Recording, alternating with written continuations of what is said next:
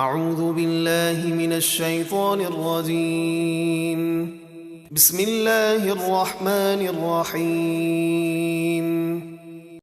اس رکوع کا آغاز عفا اللہ عنک لما اذنت لہم سے ہے، یعنی اللہ آپ کو معاف فرمائے، آپ نے منافقوں کو اجازت کیوں دے دی؟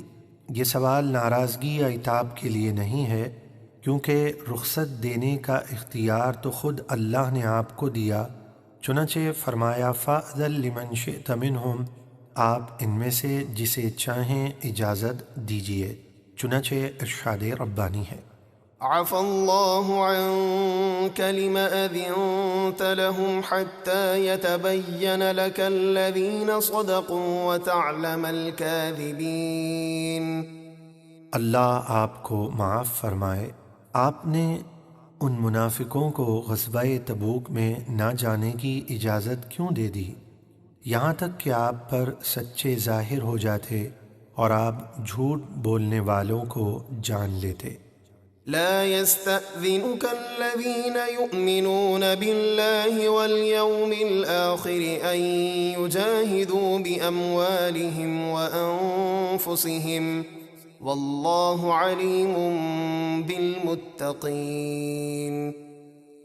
جو لوگ اللہ اور قیامت پر ایمان رکھتے ہیں وہ آپ سے اپنے مال اور جان سے جہاد نہ کرنے کی رخصت نہیں مانگیں گے، اور اللہ پرہیزگاروں کو خوب جانتا ہے۔ انما يستأذنك الذين لا يؤمنون بالله واليوم الآخر وارتابت قلوبهم فهم في ريبهم يترددون۔ آپ سے جہاد میں نہ جانے کی رخصت وہی منافق لوگ مانگتے ہیں جو اللہ اور قیامت کے دن پر ایمان نہیں رکھتے اور ان کے دل شک میں پڑے ہیں، تو وہ اپنے شک میں ڈاواں ڈول ہیں، یعنی نہ مومنوں کا ساتھ دے سکیں اور نہ کفار کے ساتھ رہ سکیں۔ وَلَوْ أَرَادُوا الْخُرُوجَ لَأَعَدُّوا لَهُ عُدَّةً وَلَكِنْ كَرِهَ اللَّهُ بِعَاثَهُمْ فَثَبَّطَهُمْ وَقِيلَ اقْعُدُوا مَعَ الْقَاعِدِينَ۔ اور اگر وہ جہاد کے لیے نکلنا چاہتے تو ضرور اس کے لیے کچھ سامان تیار کرتے، لیکن اللہ ہی نے ان کے جہاد کے لیے اٹھنے کو ناپسند کیا تو ان میں کاہلی بھر دی، اور ان کے رخصت مانگنے پر فرمایا گیا کہ تم بیٹھنے والوں یعنی بچوں، عورتوں وغیرہ کے ساتھ بیٹھے رہو۔ لو خرجوا فيكم ما زادوكم إلا خبالا ولأوضعوا خلالكم يبغونكم الفتنة وفيكم سماعون لهم والله عليم بالظالمين۔ اگر وہ تم میں شامل ہو کر نکلتے تو تمہارے نقصان ہی میں اضافہ کرتے اور تم میں فتنہ و فساد ڈالنے کے لیے جھوٹی افواہیں پھیلا کر تمہارے درمیان دوڑتے پھرتے، اور تم میں ان کے جاسوس موجود ہیں، اور اللہ ظالموں کو خوب جانتا ہے۔ لقد ابتغوا الفتنة من قبل وقلبوا لك الأمور حتى جاء الحق وظهر أمر الله وهم كارهون۔ بے شک منافقوں نے پہلے بھی جنگ احد سے بھاگ کر فتنہ پھیلانے کی کوشش کی تھی، اور اے محبوب آپ کے لیے تدبیریں الٹی پلٹی یعنی بہت سازشیں کی، یہاں تک کہ حق آیا یعنی اللہ کی مدد، اور اللہ کا حکم یعنی دین اسلام غالب ہوا، اور وہ منافق اسے ناپسند کرتے تھے۔ وَمِنْهُمْ مَنْ يَقُولُ ائْذَنْ لِي وَلَا تَفْتِنِّي أَلَا فِي الْفِتْنَةِ سَقَطُوا وَإِنَّ جَهَنَّمَ لَمُحِيطَةٌ بِالْكَافِرِينَ۔ اور ان منافقوں میں سے کوئی آپ سے یوں عرض کرتا ہے کہ مجھے جہاد میں نہ جانے کی رخصت دیجیے اور مجھے فتنے میں نہ ڈالیے۔ سن لو وہ حضور کی مخالفت کر کے فتنے ہی میں پڑے ہیں، اور بے شک جہنم کافروں کو ضرور گھیرے ہوئے ہے، یعنی وہ اس سے بچ نہیں سکتے۔ إن تصبك حسنة تسؤهم وإن تصبك مصيبة يقولوا قد أخذنا أمرنا من قبل ويتولوا وهم فرحون۔ اگر آپ کو کوئی بھلائی پہنچے جیسے فتح اور مال غنیمت تو ان منافقوں کو برا لگتا ہے، اور اگر آپ کو کوئی مصیبت پہنچے تو وہ کہتے ہیں کہ ہم نے بہانے سے جہاد میں نہ جا کر اپنا کام پہلے ہی ٹھیک کر لیا تھا، اور مسلمانوں کی مصیبت پر خوشیاں مناتے ہوئے گھروں کو پلٹ جاتے ہیں۔ قل لن يصيبنا إلا ما كتب الله لنا هو مولانا وعلى الله فليتوكل المؤمنون۔ اے محبوب آپ فرما دیجئے ہمیں وہی نفع و نقصان پہنچے گا جو اللہ نے ہمارے لیے لکھ دیا، وہی ہمارا مددگار ہے، اور ایمان والوں کو اللہ ہی پر بھروسہ کرنا چاہیے۔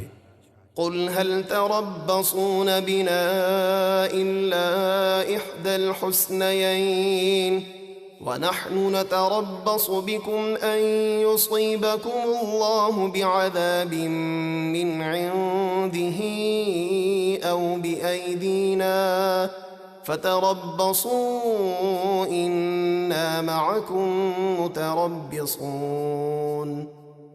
آپ فرما دیجئے اے منافقوں، تم ہمارے لیے دو خوبیوں یعنی فتح یا شہادت میں سے صرف ایک کا انتظار کرتے ہو، اور ہم تمہارے بارے میں انتظار کرتے ہیں کہ اللہ تم پر اپنے پاس سے آندھی، زلزلے وغیرہ کا عذاب ڈالے، یا ہمارے ہاتھوں قتل اور قید کا عذاب دے، لہذا تم انتظار کرو، ہم بھی تمہارے ساتھ تمہارے انجام کا انتظار کر رہے ہیں۔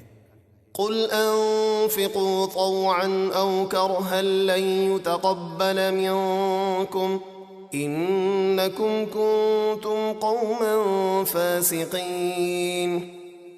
آپ فرما دیجئے اے منافقو، تم اللہ کی راہ میں خوشی سے خرچ کرو یا ناگواری سے، تم سے ہرگز قبول نہ کیا جائے گا، بے شک تم نافرمان لوگ ہو۔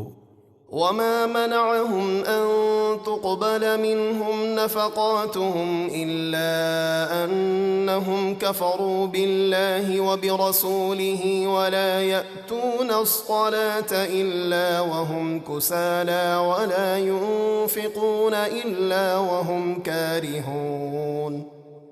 اور ان منافقوں کے خرچ کا قبول نہ ہونا صرف اس وجہ سے ہے کہ انہوں نے اللہ اور اس کے رسول کا انکار کیا، اور وہ نماز کے لیے صرف سستی کی حالت میں آتے ہیں اور ناگواری ہی کی حالت میں خرچ کرتے ہیں۔ فلا تعجبك أموالهم ولا أولادهم إنما يريد الله ليعذبهم بها في الحياة الدنيا وتزهق أنفسهم وهم كافرون۔ اور اے محبوب آپ کو ان منافقوں کے کثیر مال اور ان کی اولاد تعجب میں نہ ڈالے، اللہ یہی چاہتا ہے کہ انہیں مال اور اولاد کے ذریعے دنیا کی زندگی میں عذاب دے اور کفر ہی پر ان کا دم نکل جائے۔ وَيَحْلِفُونَ بِاللَّهِ إِنَّهُمْ لَمِنكُمْ وَمَا هُمْ مِنكُمْ وَلَكِنَّهُمْ قَوْمٌ يَفْرَقُونَ۔ اور وہ منافق اللہ کی قسمیں کھاتے ہیں کہ وہ تم میں سے ہیں، یعنی مسلمان ہیں، اور وہ تم میں سے ہیں نہیں، ہاں وہ لوگ اپنا نفاق ظاہر ہونے سے ڈرتے ہیں۔